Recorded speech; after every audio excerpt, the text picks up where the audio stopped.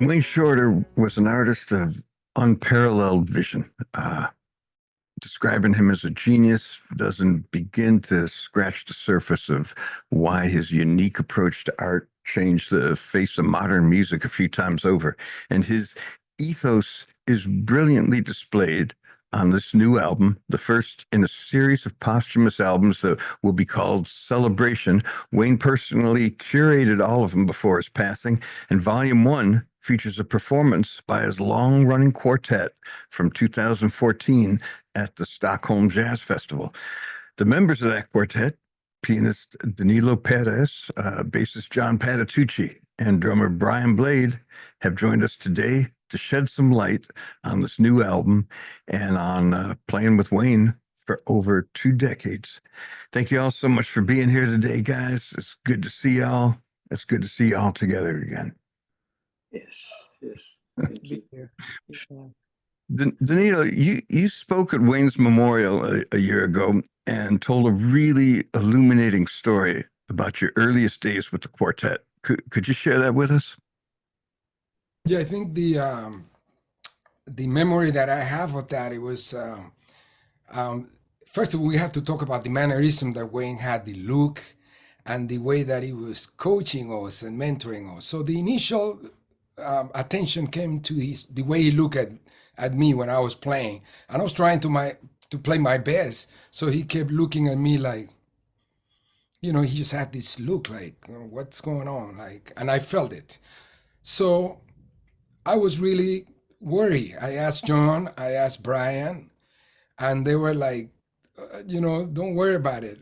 Just keep on it. And John, especially John, that had more experience with him, said, just stay on it. But I just felt, by his look, the way he looked, something wasn't clicking. Until one day I said, I am really feeling completely, lost. I don't even know what key we on. I don't even know what meter we on. He looked at me and said, you need to watch Event Horizons. So I went and watched the movie at 2 o'clock in the morning, and it was an epiphany for me, because in that movie, which is very dark, and I recommend you watch that scene, all of a sudden, a brother comes out pretty lost in the Milky Way, and he's trying to figure out what to do to get back to the spaceship after the explosion. So I'm feeling connected to that person. I'm like, I feel like him. I feel lost like him. I feel like he's asking, like, what do I do? What do I do? What do I do? And I think about it.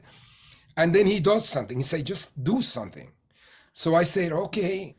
And the next day we were in Denmark, and the same event. I'm trying to play my best, and Wayne is looking like me, like, yeah, okay.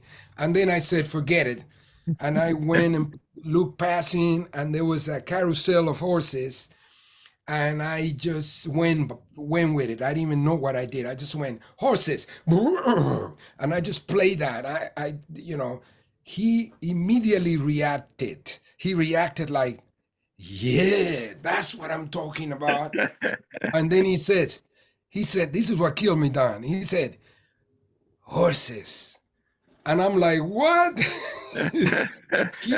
he not only heard that I broke out of the music, trying to play music, but I used my imagination, but also heard the content that I was going for, horses, It's incredible, but it says so much about him, John, the performance captured on Volume 1 is incredibly intense. Takes the listener on quite a ride, and it's hard to imagine walking out in front of all those people without a real set list, and in many instances without even a composed song in the case of the zero gravity material.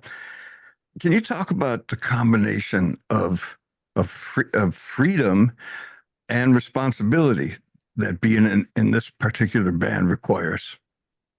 I think he was obviously he was committed to us, but he was also very nurturing. But he had this idea of something he had been wanting to try for a long time. I think he really didn't want people to know the difference between when we were improvising and when we were playing some of the written material, and anybody could access any page of any of the pieces at any time. That freedom was there. Or sometimes we get out there and improvise for 45 minutes, nothing from the book. So he wanted to create that atmosphere. I think because of the love and the trust we had for each other and the relationship that was already built, by the time we did that record, we had been out there doing this for a while. And at first, yes, it was pretty intimidating, I would say, for all of us. I mean, we loved each other and we were having a great time, but I mean, you know, you go out there and you start from nothing. That's what he wanted. And I thought it was, I don't know. I can't remember back that far because we've been so close for so long now. All I know is when you could throw me down in any part of the world at any time of day with these guys right here. And I'm not afraid of anything because I know that our love it'll just kind of like, somebody will play something. I remember times where I was tired, you know, we were traveling like crazy. I'd get out on the stage and I go, well, I don't really feel like I have anything right now.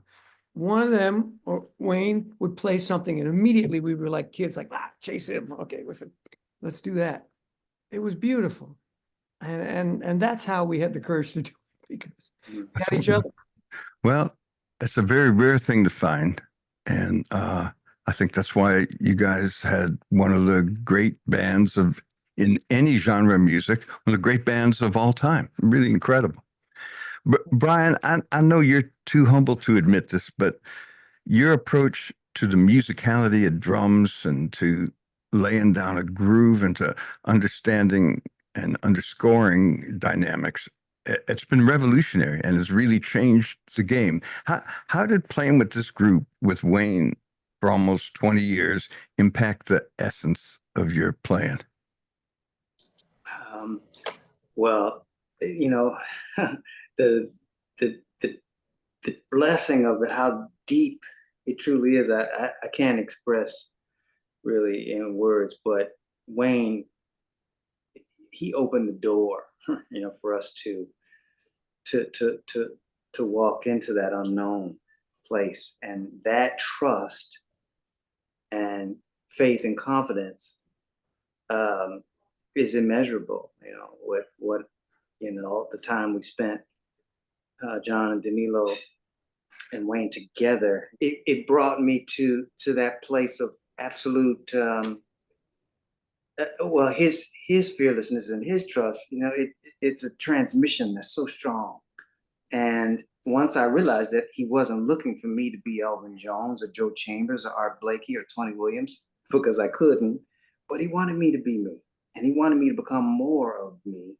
And by John's and Danilo's, you know, love and brotherhood, you know, and Wayne, of course, it helped us all, you know, do that.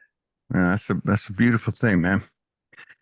Danilo, one of the songs on this album, Edge of the World, is a song that Wayne heard running over the end titles of a movie called War Games. Do you remember him coming in with the song and introducing it into the repertoire and the way he presented it to you guys? As it was his normal mysterious ways of introducing material, he would talk about something that was going on in the world. I remember him very, very concerned about the state of the politics and the wars and all of that. And he said, war games, and you know, the way he moved too, like war games, you know what I mean? And then the music would represent an idea and purpose. So we saw when he brought that first time, he brought it the first time, that material.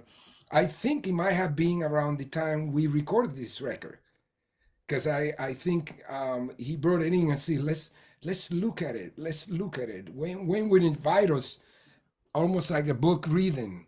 He would bring the music and said, let's peek on it, let's see what's happening. I think that's what got recorded on the record, to be honest. Was the first time, but for us it was all context. See, Wayne was always helping us to connect humanity and music with purpose, and whatever we were playing had a very strong foundation in terms of why we needed to address that piece of music. So he would never force it, which was really beautiful and generous and compassionate. But he would talk. You would see it, the realization from being human, talking about the issues we will talk about on the bus, on the tours, and all of a sudden to the bandstand, we will extend that message with a piece of music. Like it was like war games. It's like, oh, that makes sense. This is a part of a larger conversation that is going. That's when we already got to know him, how he would think about it. Well, let's play a little bit of the track.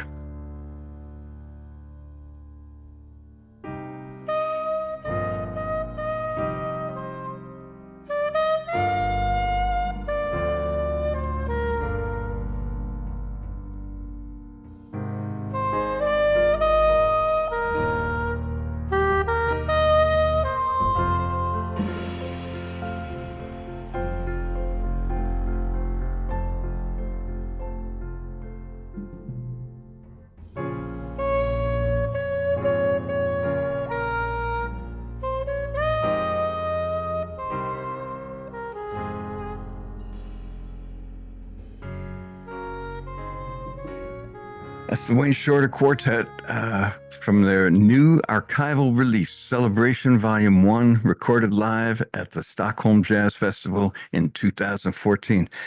John, Carolina told me that when Wayne was first watching the Stockholm concert, which was about 2 years ago or so, he kept calling her into the room saying, listen to what these guys are doing. This has got to be Volume 1, right? Do you remember the actual show? Does it stand out to you?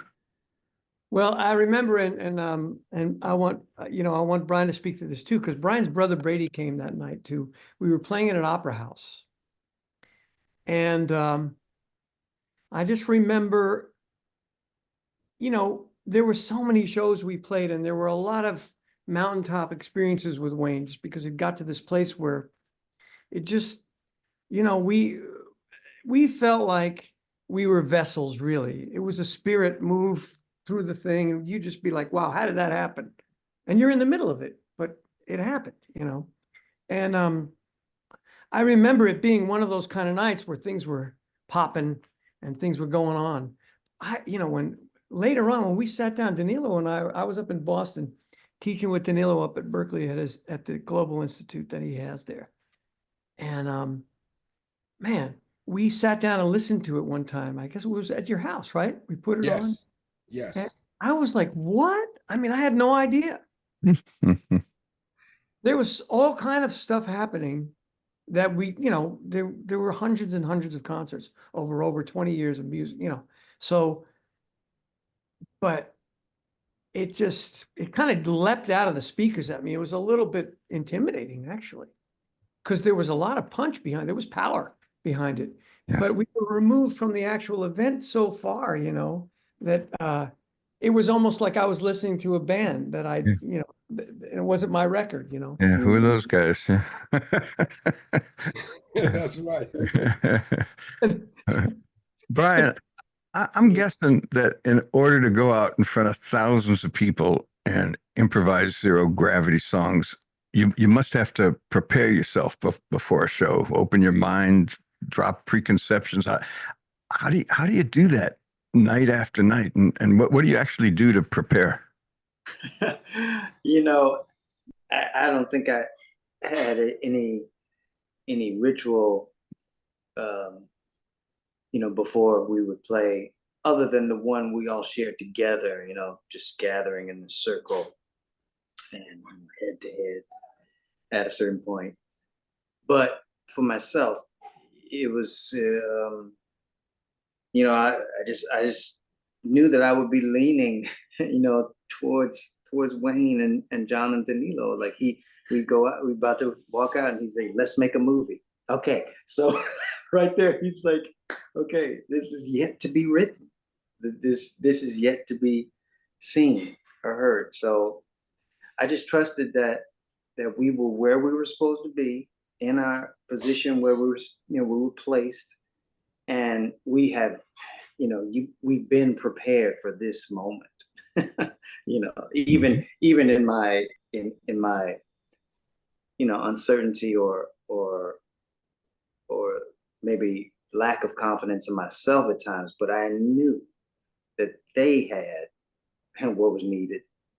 And so guilty by association, you know. So you know, I want to be with it in them, you know, in it with them. So yeah, I just trusted that. Got it, man. Well, that leads to one final question I got for any or all of you to answer.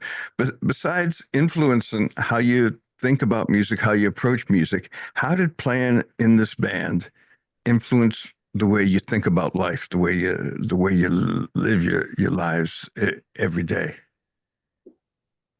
I feel like it was a total surrender that we all surrendered to this family. Really, it was like we just gave ourselves to each other, and it was one of the most holy and beautiful things, an expression of, in my life. I have to say, it was one of the most powerful examples to me because of my faith of God's gift of music and of family. These people here, I mean, if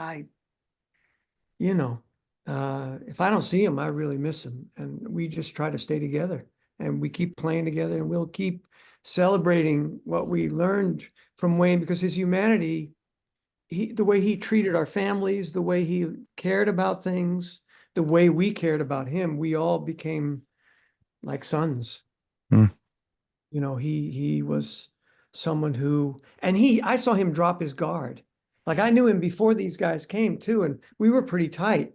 But when everybody was in their chair and everything was in place the way he wanted it, man, he dropped his guard, man. All of a sudden, all this music came out that I had never seen. He really, he wasn't trying to, he became much more vulnerable as the years went by.